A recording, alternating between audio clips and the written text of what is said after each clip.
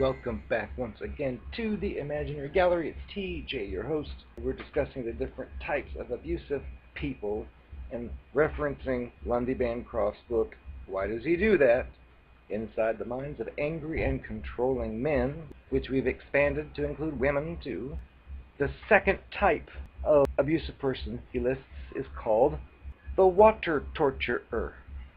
He tells us that the water torturer style proves to us that anger does not cause abuse. The abusive person can assault its partner psychologically without even raising a voice. This type of abusive person tends to stay calm during arguments, using his own evenness as a weapon to push her further over the edge. Many times he has a nasty grin on his face, smug, self-assured. He uses the blending of aggressive conversational tactics at a low volume, which includes sarcasm, derision, such as openly laughing at the target, making fun of her voice, the way it sounds, and cruel, evil remarks. Like the Mr. Right we discussed previously, or Mrs. Right, it tends to take things she said, or he, and twist them beyond recognition to make her or him appear absurd, most especially in front of others. These types of creatures get to their partners through a slow but steady stream of low-level emotional assaults, and perhaps occasional shoves or other minor acts of violence that don't generally cause any kind of visible injury, but do horrific psychological harm. This type of abusive creature is relentless in his or her quiet derision and mean evilness. The impact on the partner of all these subtle tactics is that either her blood temperature rises to a boiling point, or she feels retarded and inferior, or some combination of the two.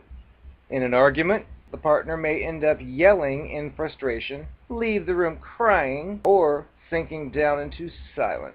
This water torturer person says, "See, you're the one who's abusive. It ain't me." You're the one yelling. You're the one refusing to talk things out rationally. I wasn't even raising my voice. It's impossible to reason with you.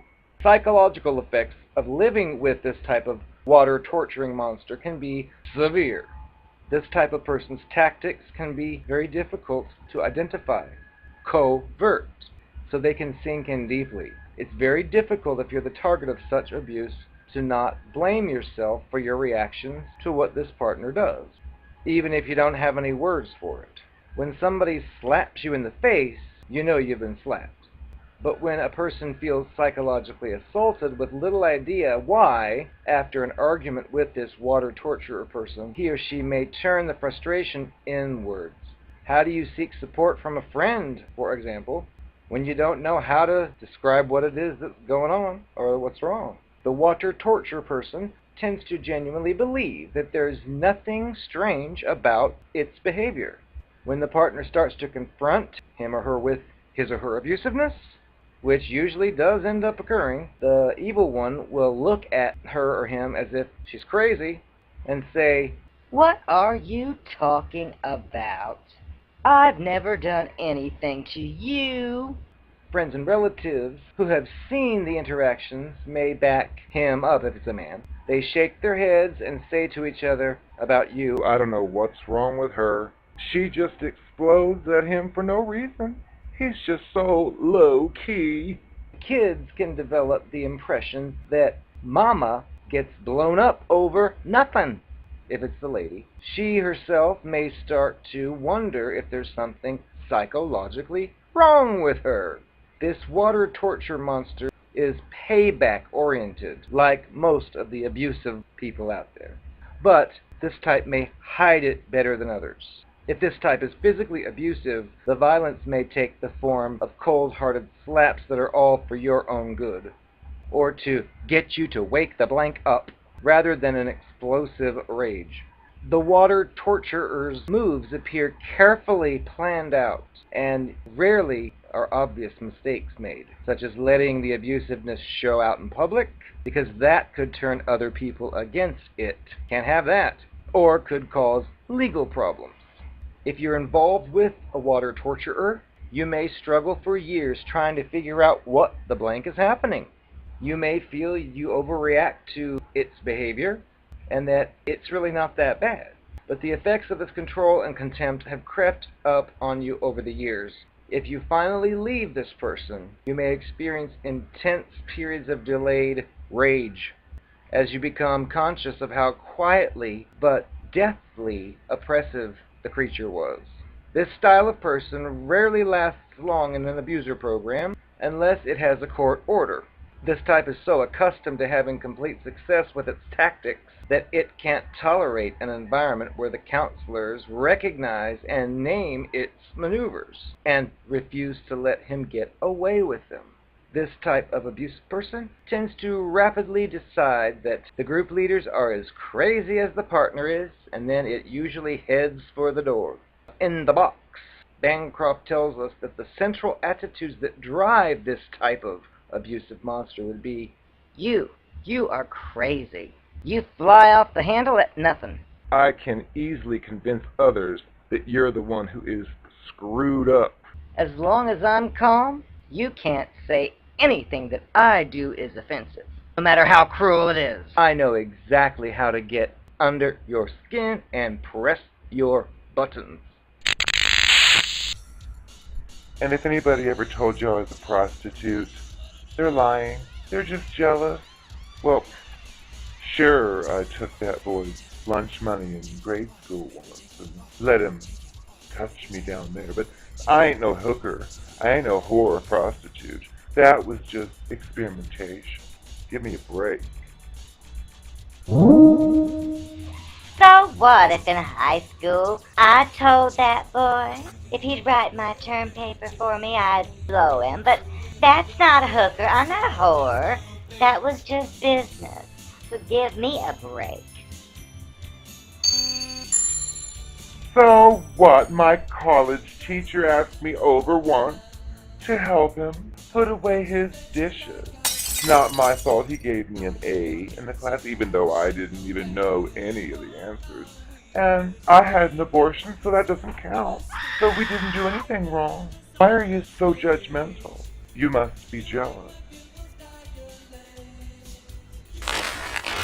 Look, honey, I know we just met, and I know you're paranoid. You think I'm some kind of criminal, but I assure you, I'm not. I am just someone who's in love with you.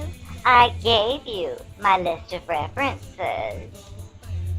Okay, well, their phone must be disconnected. Or it's your phone. Because I guarantee those references I gave you, they will tell you that you would be a fool if you passed me up. Because I'm a catch. I'm the best catch you'll ever find. So, try the number again. If it's disconnected, it's your phone. You might want to get that checked. Well, since I'm giving confessions, I might as well keep going.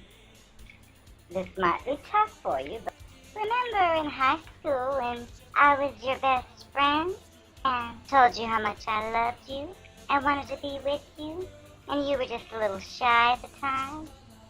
I know that you used to always hang around with that boy, Scotty. You had this strange suspicion that Scotty thought I was pretty. Scotty thought I was a hottie. Well, honey, I was. But I needed you because this was before all the fiasco with your father and everything. I was doing my homework early on. I saw what kind of gold mine you were living on. I know that you suspected Scotty and me of liking each other, but I made sure to tell you every day how disgusting I thought he was. I told you I didn't like his hair. I told you I thought it was greasy. Remember? I told you I thought he was disgusting and I wouldn't ever date him, even if he were the last man on earth. The truth is, that entire time, He was eating out my Virginia under the bleachers during the game in some cases, and one time when I was supposed to be with you. I was so thrilling. I couldn't tell you this. That might jeopardize my chances with your father. So I just told you some kind of story. I'm sure you remember. I don't. I've made up so many stories over the years. I wouldn't remember, but I needed to have Scotty just for certain purposes, but the bigger goal was your father. I couldn't let anything interfere in that, so I just deliberately told you I thought Scotty was gross. And that time you found my panties in the back seat of his car? Oh, we orchestrated a good one for that. I was just in there nude.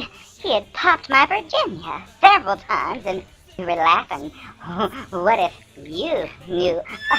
We laughed, but I probably shouldn't say that. It's not very nice, but tough. I do what I have to do to get whatever I want. Deal with it!